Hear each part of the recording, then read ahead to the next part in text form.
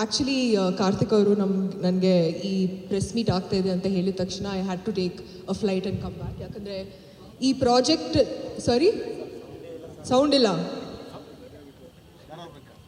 Sound ಹಾಂ take a flight ಅದೇ okay. Can you hear? ಕೇಳಿಸ್ತಾ ಇದ್ದ ಇವಾಗ? ಸೊ ಕಾರ್ತಿಕ್ ಅವರು ನನಗೆ ಈ ಸಿನಿಮಾ ಬಗ್ಗೆ ಈ ಪ್ರೆಸ್ ಮೀಟ್ ಇದೆ ಅಂತ ಹೇಳಿದ ತಕ್ಷಣ I took a flight and came back. ಯಾಕಂದರೆ I really believe in this project. Please stop laughing. Who's laughing? ಯಾಕಂದರೆ ಈ ಸಿನಿಮಾದಲ್ಲಿ ಐ ಥಿಂಕ್ ತುಂಬ ಒಳ್ಳೆ ಎಲಿಮೆಂಟ್ಸ್ ಇದೆ. I think it's out and out comedy. And I think ನಮ್ಮ ಜೀವನದಲ್ಲಿ especially in this life we need a lot of comedy. Andre I love comedy content and I think it's a very easy going easy breezy film and ella ಪಾತ್ರಗಳನ್ನು ತುಂಬಾನೇ ಅದ್ಭುತವಾಗಿದೆ ಈ ಸಿನಿಮಾದಲ್ಲಿ. 9 characters ಇದೆ ಈ ಸಿನಿಮಾದಲ್ಲಿ, right from Dhanya's character to Diganth's to mine, Ravishankar ಅವರು, Anirudh, all of them, Rangayana Raghu ಸರ್ದು ಕ್ಯಾರೆಕ್ಟರು ಎಲ್ಲ ದೇ ಸೋ ವೆಲ್ ಎಚ್ಡ್. ಅಂದರೆ ತುಂಬ ಫೋಕಸ್ ಇದೆ ಎಲ್ಲ ಕ್ಯಾರೆಕ್ಟರ್ಸಲ್ಲಿ. And I think I am very very happy to be a part of this project. And August 23rd ಈ cinema ಬಿಡುಗಡೆ ಆಗ್ತಾ ಇದೆ. So I am very happy and hopeful that ನೀವೆಲ್ಲರೂ ಈ ಚಿತ್ರ ನೋಡಿ. And I think it's gonna be a laugh ride. And I am pretty sure ನಿಮಗೆಲ್ಲ ಈ ಸಿನಿಮಾ ಇಷ್ಟ ಆಗುತ್ತೆ ಅಂತ ನಾನು ಅಂದ್ಕೊಂಡಿದ್ದೀನಿ. So wishing the Powder team all the very best from my side and I hope all of you all enjoy it. Thanks. Okay, whose turn is it now? Diggy. ರಂಗಣ್ಣವರಿಗೂ ಸಹ ಬರಬೇಕಿತ್ತು, ಅವರು ಶೂಟಿಂಗಲ್ಲಿ ಬ್ಯುಸಿ ಇರೋದ್ರಿಂದ ಬರೋಕ್ಕಾಗಲಿಲ್ಲ. ಹಾಗೆ ನಾಗಭೂಷಣ್ ಕೂಡ ಅವರು ಕೂಡ ಶೂಟಿಂಗಲ್ಲಿ ಬ್ಯುಸಿ ಇದ್ದಾರೆ. ಅವರು ಯಾಕೆಂದರೆ ಅವರೆಲ್ಲ ಈ ಚಿತ್ರದ ಪಿಲ್ಲರ್ಸು.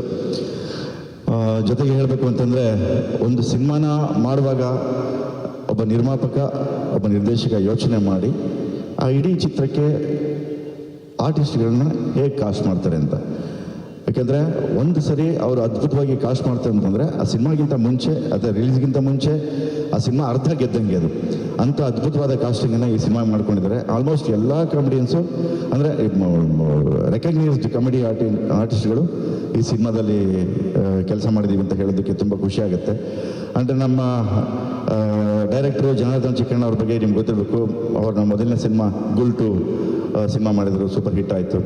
ಅದಾದಮೇಲೆ ಅವ್ರ ಜೊತೆ ನಾನು ಅಜ್ಞಾತವಾಸಿ ಅಂತ ಒಂದು ಸಿನಿಮಾನ ಮಾಡಿದ್ದೀನಿ, ಅದರಲ್ಲೂ ಕೂಡ ನಾನು ರಂಗಣ್ಣ ರಘು ಅವರು. ಅದಾದಮೇಲೆ ಇದು 3ನೇ ಪಿಕ್ಚರು.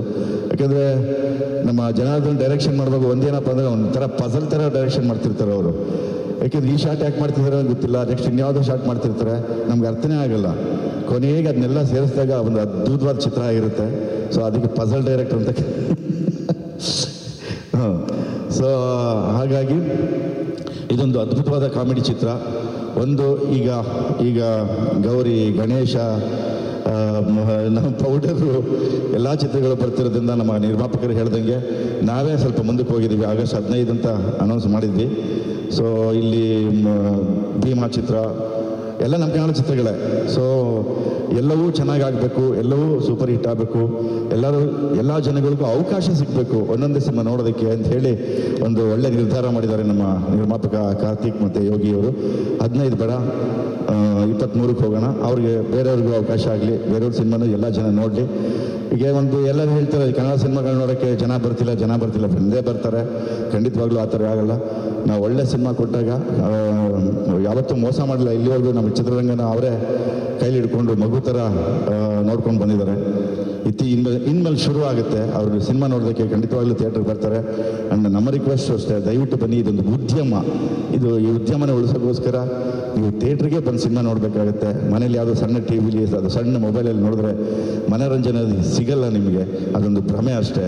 ಬನ್ನಿ, ದೊಡ್ಡ ಸ್ಕ್ರೀನಲ್ಲಿ ನೋಡಿ, ಎಂಜಾಯ್ ಮಾಡಿ, ನಮ್ಮನ್ನೆಲ್ಲ ಆಶೀರ್ವಾದ ಮಾಡಿ ಅಂತ ಕೇಳ್ಕೊತೀವಿ. ಈ ಉದ್ಯಮನ ಉಳಿಸಿ ಅಂತ ನಾನು ಕೇಳ್ಕೊತೀನಿ, ನನ್ನ ಪರ್ಸನಲ್ಲ, ಇಡೀ ನಮ್ಮ ಚಿತ್ರರಂಗದ ಪರವಾಗಿ.